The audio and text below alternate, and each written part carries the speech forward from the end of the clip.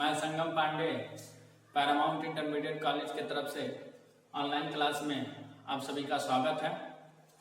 कल हमने बायोलॉजी में पढ़ा था एलिमेंट्री कैनाल के बारे में। एलिमेंट्री कैनाल के बारे में हम पूरा चित्र के माध्यम से एक एक चीज को हमने जाना था। आज हम देखते हैं उनके फंक्शन को। एलिमेंट्री कैनाल का सबसे पहला वाला हिस्सा आता है माउथ। हमारे आगे के जो दो लिप्स हैं यही हमारा माउथ है। इस पे क्या करते हैं, हम किसी भी भोजन को रख के काटने का काम करते हैं। यहाँ पे भोजन को रखा जाता है। माउथ का कोई विशेष काम नहीं। अब आते हैं बक्कल कैविटी। ये काफी समझने वाली चीज है। बक्कल कैविटी के बारे में देखते हैं। बक्कल कैविटी कुछ इस आकार का, यहाँ से बक्कल कैविटी से ही आपका जीभ और दांत होते हैं, और जहाँ पे ज्वाइंट होते हैं ये वाला हिस्सा, यहाँ पे आपके दांत और ये जीभ, तो जहां से ज्वाइंट होता है इस भाग को हम बोलते हैं बक्कल कैविटी। बक्कल कैविटी को हिंदी में बोला जाता है मुख गुहिका। मुख गुहिका के दो भाग हो जाते हैं, एक कौन सा, दांत, और दूसरा जो है जीभ। तो इसमें भी पहला जीभ आ जाता है और दूसरा दांत आता है। चलिए पहले जीभ के प्रत्येक भाग को देखते हैं कि क्या क्या है। जीभ का क्या काम है? जीभ का काम है कि हमारे भोजन को चबाने में सहायता करना, और दूसरा सबसे अहम जो इसका भूमिका होता है उसे स्वाद बताने का काम करता है, जिसे टेस्ट बड्स बोलते हैं। टेस्ट बड्स, ये 4 प्रकार के टेस्ट बड्स होते हैं जीभ में। पहला है स्वीट, मीठा, दूसरा है साल्टी, नमकीन, और तीसरा है सौर, खट्टा, और चौथा है बीटर, कड़वा या तीखे का यह स्वाद बताता है। तो जीभ में 4 प्रकार के टेस्ट बड्स होते हैं। आइए जीभ को चित्र के माध्यम से देखते हैं कि कौन कहां पर है।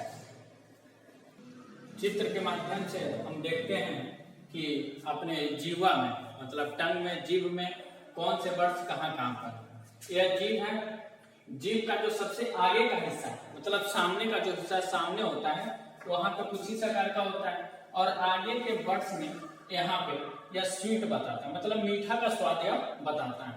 और ठीक मीठा के ठीक पीछे जो बगल में होता है उसको वह साल्टी बताता है, मतलब नमकीन। कोई भी चीज आप खाते हैं तो उसमें नमक है या नहीं है उसका स्वाद बताता है। और सबसे पीछे जो होता है, सबसे पीछे मतलब नमकीन के पीछे जो होता है वो खट्टा का स्वाद बताता है, मतलब सॉल्ट। उसमें अगर आप कोई चीज जैसे नींबू वगैरह खाते हैं तो उसमें वो खट्टा है कि नहीं, वह यह टेस्ट बड्स बताता है।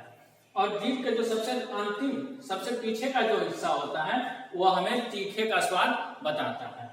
तो ये हो गए टेस्ट बड्स। और याद रखिएगा जो भी टेस्ट बड्स हैं उनके 2 पेयर होते हैं। अगर इधर साल्टी है तो साल्टी इधर भी होगा, ठीक उसी के सामने। अगर इधर खट्टा है तो उसके ठीक सामने खट्टा इधर होगा। अगर इधर बीटर है तो इसके सामने तीखा बीटर जो भी है होता है। बीच में कोई टेस्ट बड्स नहीं होता है, और प्रत्येक टेस्ट बड्स के 2 पेयर होते हैं। अब हमने जीभ के बारे में जान लिया। अब हम बक्कल कैविटी के दूसरे भाग दांत के बारे में अब हम जानेंगे। अब हम दांत के बारे में अध्ययन करेंगे कि क्या होता है। दांत, टीथ जो होते हैं 2 प्रकार के होते हैं।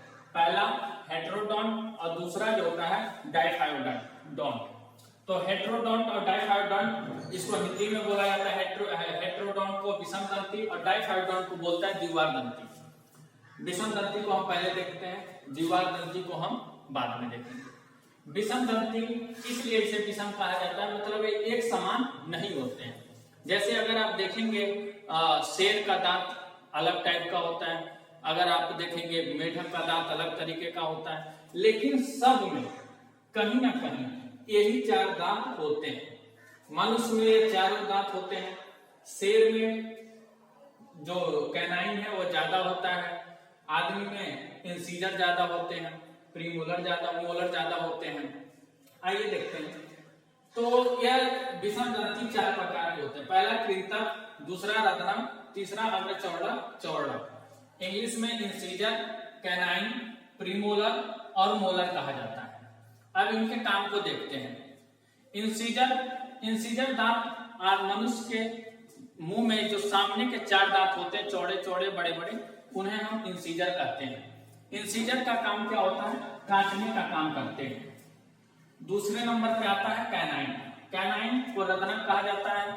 यह दांत इंसीजर के ठीक बगल में जो दो दांत होते हैं, अगर मैं चित्र के माध्यम से आपको थोड़ा बताऊं तो कुछ इस तरीके का, अगर एक मनुष्य का यह जबड़ा है, मुंह है, तो उसमें इसको मैं सीधा बनाता हूं, यह सामने के 4 दांत हो गए कृंतक, ये 4 दांत कृंतक हैं। और इसी के ठीक बगल में कुछ इस तरह नुकीले और लंबे दांत होते हैं जिन्हें बोलते हैं कैनाइन, रदनक दांत। कुछ इस तरीके के होते हैं, ये ऊपर भी होते हैं नीचे भी होते हैं। और इसके ठीक बाद आते हैं प्रीमोलर अग्रचौड़क, कुछ इस तरीके के होते हैं। प्रीमोलर और मोलर दोनों का काम होता है चबाने का, मतलब अग्रचौड़क चौड़क दोनों दांतों का काम है चबाने का। लेकिन अंतर क्या है, अग्रचौड़क जो होता है, जो कैनाइन के बगल में जो दांत है, यह दांत क्या करते हैं, ये कोई भी चीज को छोटे छोटे टुकड़ों में करते हैं। जैसे मान लीजिए अगर आप एक सेब लेते हैं, आगे उसको क्या करेंगे, कृंतक से काटेंगे, फाड़ने का कोई काम है नहीं, तो फिर भोजन कहाँ आ जाएगा, अग्रचौड़क पे। अग्रचौड़क क्या करेंगे, जो एक बाइट आपने काटा था, अब इसको ये छोटे छोटे 2-3 भागों में कर देंगे।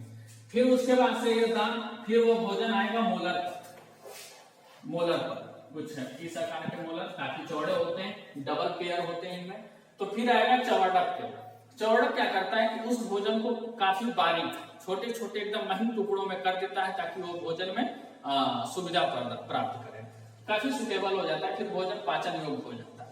ये हो गया आपके हेटेरोडोंट के बारे में, विषमदंती दांत के बारे में। ये इंपॉर्टेंट है, अधिकतर हाई स्कूल एग्जाम में पूछ देता है कि दांत कितने प्रकार के होते हैं, व्याख्या करिए, समझाइए। तो एक बार इसे देख लीजिएगा। अब आते हैं हेटेरोडोंट के बाद था डाइफायोडोंट, विषमदंती जो था, हम उसको देखते हैं विषमदंती के बारे में। अब हम डाइफायोडोंट द्विवार दंती के बारे में अब हम जानेंगे क्या है। पहला होता है मिल्क टीथ और दूसरा होता है परमानेंट टीथ। मिल्क टीथ को बोलते हैं दूध दांत, और परमानेंट टीथ जो होता है इसे बोलते हैं अस्थायी दांत। मिल्क टीथ जो होते हैं वो 20 होते हैं।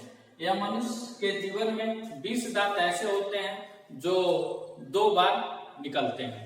मतलब 20 दांत क्या होता है कि ये निकलता है, एक बार टूट जाता है, और फिर जब निकलता है तो वो परमानेंट टीथ में बदल जाता है। मतलब 20 दांत जो होते हैं परमानेंट वाले, वो मिल्क टीथ से कहीं ना कहीं इंक्लूड होते हैं। मिल्क टीथ जैसे 20 टूटेंगे, फिर परमानेंट में वो तब्दील हो जाएंगे, बदल जाएंगे। लेकिन 12 जो दांत में 32 या 20 से 12 दांत ऐसे होते हैं जो जिन्हें मोनोफाइडोंट बोलते हैं। वह सिर्फ एक बार मतलब मनुष्य के जीवन में निकलते हैं, ऐसे दांत को मोनोफाइडोंट बोलते हैं। और इनके संख्या का भी एक रूल है कि कैसे निकाला जाता है, क्या किया जाता है। अब उसको हम छेड़ेंगे तो काफी लंबा हो जाएगा, और वो उतना इम्पोर्टेंट भी नहीं मुझे लगता है। फिर भी कभी आपको समय मिलेगा तो हम बता देंगे। और दांतों के अध्ययन को बोलते हैं, दांत के बारे में study of teeth is known as odontology.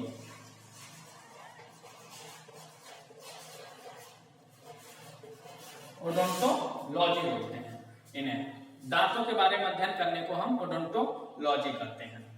अब हम आगे बढ़ते हैं। अब हमने बक्कल कैविटी के बारे में हमने देखा कि हमने लगभग सब कुछ पढ़ लिया है। एक काम और होता है बक्कल कैविटी के। बक्कल कैविटी का काम होता है वॉइस को क्रिएट करना। बक्कल कैविटी क्या करता है, जो आप बोलना चाहते हैं, जैसे मैं जाता हूं, मैं खाता हूं, इस चीज को बदलने की काम जो करते हैं वो बक्कल कैविटी। असल होता क्या है, बक्कल कैविटी कुछ किस तरह होता है, यहाँ पे अब जीभ को किस तरह मुड़ाया जाए, कहाँ पे क्या घुमाया जाए, तो ये बक्कल कैविटी ही निर्देशित करता है। इसलिए बक्कल कैविटी का एक और काम जो होता है वॉइस को क्रिएट करना। और बक्कल कैविटी का एक और काम होता है एंजाइम्स को, जो एंजाइम्स होते हैं, एंजाइम्स को यहाँ से प्रोड्यूस करता है ताकि भोजन को आसानी से पचा जाए। जैसे एंजाइम्स में हम बक्कल कैविटी से टाइलिन निकलता है। टाइलिन जो निकलता है वो क्या करता है, स्टार्च को क्या करता है, माल्टोज में कन्वर्ट करता है। और एक बहुत अच्छा चीज याद आ गया, अधिकतर भूल जाता है, बक्कल कैविटी जो होता है, याद रखिएगा, बक्कल कैविटी में कार्बोहाइड्रेट का भी डाइजेशन होता है। जैसे अगर आप चावल खाते हैं, आलू खाते हैं, तो इनका जो इसमें क्या होता है, कार्बोहाइड्रेट पाया जाता है, और कार्बोहाइड्रेट का जो डाइजेशन है वो बक्कल कैविटी में ही होता है। मतलब जैसे अगर चावल आपने खाया तो उसका डाइजेशन आपके बक्कल कैविटी से ही शुरू हो जाएगा, पेट में जाने की जरूरत नहीं है। वहां तक जाते जाते वहां भी होता है कार्बोहाइड्रेट का, लेकिन बक्कल कैविटी से शुरू हो जाता है। इस बात को आप याद रखिएगा।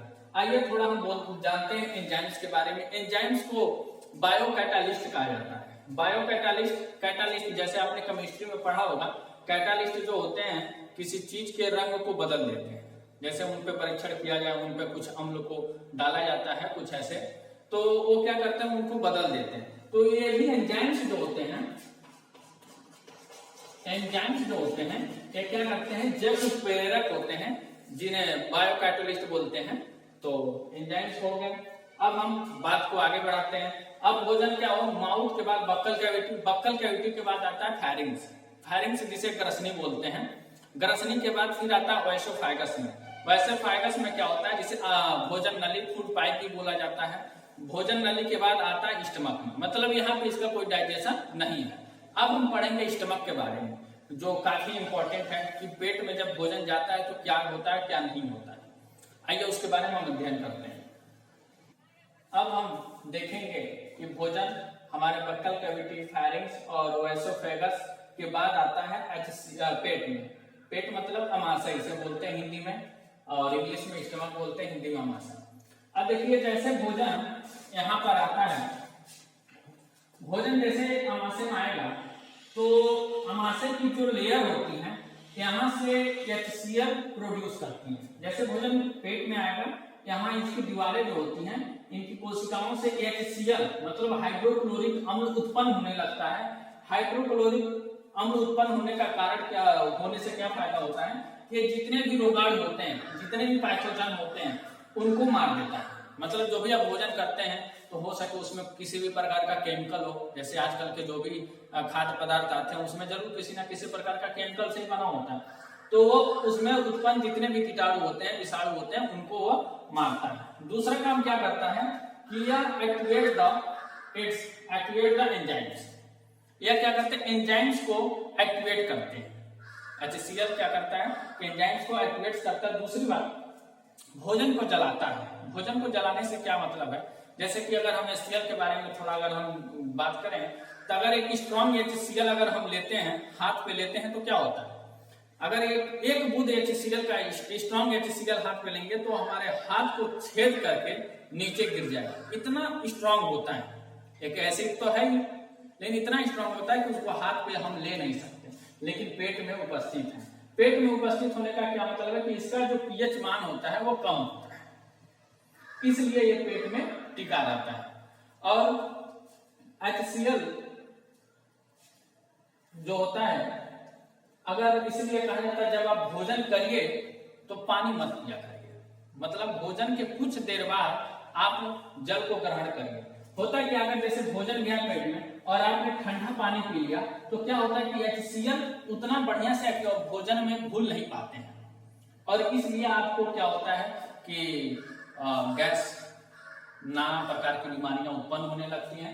तो याद रखिएगा, जब भी पानी खाना खाइए उसके कुछ देर लमसम आधा घंटे बाद आप पानी पीजिए। उतने में क्या होता है कि भोजन यहाँ से पेट से निकल के आपके स्मॉल इंटेस्टाइन में आ जाता है, जिससे पेट आपका खाली हो जाता है। उसके बाद आप जल ग्रहण करिए। जिनको भी गैस्ट्रो की प्रॉब्लम है, गैस वगैरह ज्यादा बनते हैं, उनको ये सुझाव आप जरूर बताइएगा। आइए अब हम HCl की कौन से एंजाइम्स को प्रोड्यूस करते हैं उसके बारे में हम जानते हैं। HCl जो है वह पेट में 3 प्रकार के एंजाइम्स को एक्टिवेट करता है। कौन कौन से, पहला है पेप्सिन। पेप्सिन क्या करता है, प्रोटीन को वो क्या करता है, पेप्टोन्स में तोड़ देता है। मतलब जैसे अगर आपने एक अंडा लेते हैं, अंडा आपने खाया, छोटे छोटे टुकड़े उसके हो गए। अब ये क्या करेगा, छोटे छोटे और टुकड़ों को पेप्टोन्स मतलब और छोटा छोटा ऐसे इनको कर रहे हैं, मतलब और इसके छोटे छोटे भाग हो जाते हैं, उन्हीं को क्या बोलते हैं, पेप्टोन्स। अभी यह पूर्ण रूप से पाचन नहीं हुआ है, जो प्रोटीन है पूर्ण रूप से पाचन नहीं हुआ, लेकिन पेप्टोन्स में बदल गए, मतलब और छोटे छोटे भाग में बदल गए। दूसरे नंबर पे आता है रेनिन, इसको इंग्लिश में भी, हिंदी में भी रेनिन ही बोलते हैं। यह क्या होता है कि कैसिन क्या होता है, यह मिल्क प्रोटीन होता है। मिल्क प्रोटीन होता है और ये किसमें बदल देता है, कैल्शियम पैराकैसिनेट, कैल्शियम पैराकैसिनेट में। ये क्या होता है कि यह आप मान के चलिए यह दही हो जाता है, मतलब मिल्क प्रोटीन को क्या करता है, दही में बदल देता है। कौन, कैल्शियम पैराकैसिनेट में बदल जाता है कैसिन। और एक काम कौन करता है, रेनिन करता है। एंजाइम्स का क्या नाम है, रेनिन। और ये क्या करता है, दूध में जो कैसिन होते हैं उनको कैल्शियम पैराकैसिनेट में बदल देते हैं। देखते होंगे कि जैसे छोटे बच्चे होते हैं, जब वो दूध वगैरह या कुछ खा पी लेते हैं तो कुछ देर बाद अगर वो वोमिटिंग करते हैं तो वह दही के आकार का कुछ वोमिटिंग करते हैं। तो वही होता है, मिल्क प्रोटीन किस में बदल जाता है, कर्ड में बदल जाता है, कैल्शियम पैराकैसिनेट में बदल जाता है। तीसरा आता है लाइपेज। लाइपेज क्या होता है, जो भी आप फैट वाले वस्तु को खाते हैं, सामान को खाते हैं, तो क्या करता है कि फैट को फैटी एसिड्स और प्लस ग्लिसरॉल में कन्वर्ट कर देता है। फैटी एसिड प्लस ग्लिसरॉल में कन्वर्ट कर देता है। ये हो गए आपके पेट में उत्पन्न होने वाले 3 एंजाइम्स। अभी भी आपका पूरा भोजन पूर्ण रूप से डाइजेस्ट नहीं हुआ है। अब देखते हैं कि पेट के बाद भोजन कहाँ जाता है, जो पाचन एवं भोजन होते हैं कहाँ जाता है, आइए देखते हैं। अब हम देखेंगे कि अमाशय के बाद भोजन कहाँ जाता है। अमाशय के बाद भोजन आपका आता है यहाँ पर। जैसे भोजन अमाशय से बाहर को आएगा, वहीं से शुरू हो जाता है छोटी आंत, जिसे स्मॉल इंटेस्टाइन बोलते हैं। छोटी आंत का सबसे पहले वाले भाग को बोलते हैं, मैं यहां लिख देता हूं, ड्यूडेनम। ड्यूडेनम, ड्यूडेनम को हिंदी में बोला जाता है अग्रभाग। अग्रभाग, इस वाले भाग को, स्मॉल इंटेस्टाइन के सबसे पहले भाग को क्या बोलते हैं, ड्यूडेनम। अब देखिए होता है कि जैसे भोजन यहाँ पे आएगा तो पेनक्रियाज एक्टिव होती हैं। पेनक्रियाज जिसे बोलते हैं अग्नाशय, क्या बोलते हैं, अग्नाशय। इसे अमाशय, पेनक्रियाज को अग्नाशय। फिर पेनक्रियाज में उपस्थित होता है pancreatic juice. Pancreatic juice, pancreatic juice Hindi में भी पेनक्रियाटिक अग्नाशयी रस बोलते हैं। फिर क्या होता है कि इसी अग्नाशय से एक पाइप, ऐसे एक पाइप गया होता है लीवर की तरफ। कहां, लीवर की तरफ। ये याद रखिएगा, लीवर जो है आपका यहाँ पे नहीं है, या कुछ मैंने ऊपर बना दिया है, यहाँ नहीं है। लीवर आपका जो डायफ्रामा है या सीना के जिसे बोलते हैं, चेस्ट के ठीक नीचे यहाँ पे कुछ लीवर है आपका। इस साइड में अमाशय और कुछ इधर लीवर है, लेकिन मैंने समझाने के लिए आपको ऐसा किया है। तो लीवर को हिंदी में यकृत बोलते हैं। यकृत में क्या होता है कि एक कुछ इस टाइप का एक ट्यूब लाइक स्ट्रक्चर होता है, जिसे हम बोलते हैं गाल ब्लैडर। क्या बोलते हैं, गाल ब्लैडर, और हिंदी में बोलते हैं पित्ताशय। पित्ताशय में उपस्थित होता है पित्त रस, जिसे बोलते हैं बाइल जूस। ये होता है जिसे अधिकतर गांव में हम देखते होंगे कि पित्त की थैली में कुछ पथरी हो गया है, वो यहीं पे होता है। अब देखते हैं बाइल जूस, पित्त रस जो होता है, यहाँ से पित्त रस आता है आपके कहा, पेनक्रियाज में। और पेनक्रियाज में यहाँ पे जैसे आएगा, यहाँ से निकलता है पेनक्रियाटिक जूस, और दोनों जूस यहाँ पे मिल जाते हैं। उसके बाद से सबसे पहले भोजन जैसे यहाँ पे आएगा तो भोजन में जाके या घुल जाएंगे ये दोनों जूस, बाइल जूस और पेनक्रियाटिक जूस, ये दोनों जूस जाके भोजन में घुल जाएंगे। और क्या होता है, बाइल जूस में, बाइल जूस कुछ खास नहीं होता। बाइल जूस भोजन को पचाता नहीं है, याद रखिएगा। बाइल जूस भोजन का पाचन नहीं करता, लेकिन हाँ बाइल जूस एक काम करता है, याद रखिएगा, फैट को या डाइजेस्ट कर सकता है। फैट को डाइजेस्ट नहीं करता है, मतलब होता क्या है, डाइजेशन में उसके सहयोग करता है। जैसे मान लीजिए फैट की बूंदें, तो बाइल जूस क्या करता है, इनको छोटे छोटे कुछ ऐसे कर देगा, मतलब एक बड़ी फैट की बूंद को छोटे छोटे टुकड़ों में कर सकता है। लेकिन पेनक्रियाज जो होता है बहुत इंपॉर्टेंट है, या आपके पाचन में बहुत ही अहम भूमिका निभाता है। इसीलिए पेनक्रियाज आप लोग देखते होंगे, जिस किसी को पेनक्रियाज से रिलेटेड प्रॉब्लम हो जाता है, उनको तेल मसाला चाय पानी जितने भी गर्म चीजें होती हैं बंद रहती है। आइए देखते हैं पेनक्रियाज से में कौन कौन से एंजाइम्स होते हैं और उनके बारे में जानते हैं। तो पेनक्रियाटिक जूस में क्या होता है, पेनक्रियाटिक जूस में होता है ट्रिप्सिन, ट्रिप्सिन के बाद होता है एमाइलेज, एमाइलेज के बाद होता है लाइपेज, लाइपेज एमाइलेज ट्रिप्सिन। यह पेनक्रियाटिक जूस में ही उपस्थित होते हैं, जो बहुत ही भोजन को पचाने में अहम भूमिका निभाते हैं। जैसे ट्रिप्सिन क्या करता है, यह प्रोटीन को क्या करता है, पेप्टॉन्स में तोड़ देता है। प्रोटीन को क्या करता है, पेप्टॉन्स में, मैंने बताया था ना, पेप्टॉन्स क्या है, प्रोटीन का छोटा रूप है, छोटे छोटे बारीक उसके रूप है। एमाइलेज क्या करता है, यह स्टार्च को माल्टोज में बदल देता है, स्टार्च को माल्टोज में बदल देता है। स्टार्च क्या होता है, जैसे अगर आपने चावल खाया और आप चावल खाने से काफी ज्यादा कार्बोहाइड्रेट होता है, कार्बोहाइड्रेट में काफी ज्यादा एनर्जी होता है, तो कार्बोहाइड्रेट का एक स्टोर है। जैसे मान लीजिए ज्यादा आपने चावल खा लिया और आपने एनर्जी को वेस्ट नहीं होने दिया, चावल खा के आपने आराम करने चला गया, तो वह एनर्जी क्या होता है, स्टार्च के रूप में बदल जाता है। तो यह क्या करता है, स्टार्च को माल्टोज के रूप में कन्वर्ट करता है और बॉडी को एनर्जी देता है। और लाइपेज क्या है, यह फैट को फैटी एसिड में कन्वर्ट कर देता है, फैटी एसिड में कन्वर्ट कर देता है। यह हो गया आपका लाइपेज। तो पेनक्रियाज में 3 प्रकार के एंजाइम्स उसके जूस में उत्पन्न होते हैं। कौन कौन से, ट्राइप्सिन, एमाइलेज, लाइपेज। इन तीनों का कोई हिंदी नाम नहीं है, इंग्लिश से आपको इंग्लिश में ही याद करना पड़ेगा। अब हम देखते हैं आगे। अब क्या होगा, पेनक्रियाज से जूस निकल गए, बाइल जूस भी आ गया, भोजन आ गया, और सबसे पहले कहां मिलेंगे, ड्यूडेनम में। ड्यूडेनम क्या है, स्मॉल इंटेस्टाइन का सबसे पहला हिस्सा। स्मॉल इंटेस्टाइन यहीं से शुरू होता है और यहाँ पे खत्म होता है। यह हो गया इसका पहला ड्यूडेनम, जिसे बोलते हैं अग्रभाग। बीच वाले भाग को बोलते हैं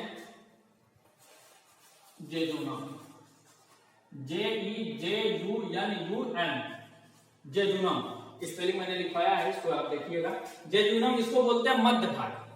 याद रखिएगा, स्मॉल इंटेस्टाइन के जेजुनम, जिसे मध्य भाग जिसे बोलते हैं, उसमें किसी भी प्रकार का डाइजेशन नहीं होता, बस इसका एक नाम दे दिया गया है। तो जेजुनम में डाइजेशन होता है, नहीं होता, इस बात को याद रखिएगा। जेजुनम के बाद आता है इलियम। एक चीज और मैं बता दूं आपको, यह स्मॉल इंटेस्टाइन आपको मैंने समझाने के लिए इतना छोटा बनाया है। स्मॉल इंटेस्टाइन की लंबाई कितनी होती है, स्मॉल इंटेस्टाइन की लंबाई आपको याद होना चाहिए 6 मीटर होती है, मतलब लगभग 18 फीट। 18 फीट मैंने इतने कम में समझाया, तो इस बात को याद रखिएगा। यह पेट में काफी ऐसे कुछ इस तरह के आकार के होते हैं, मतलब बहुत जटिल आकार के होते हैं। इस भाग को बोलते हैं इलियम। इलियम को बोलते हैं पश्च भाग। पश्च भाग मतलब अंतिम भाग। इलियम में सबसे ज्यादा डाइजेशन होता है, maximum digestion in ileum. Ileum में सबसे ज्यादा डाइजेशन होता है, और कंप्लीट डाइजेशन भी अगर कहा जाए तो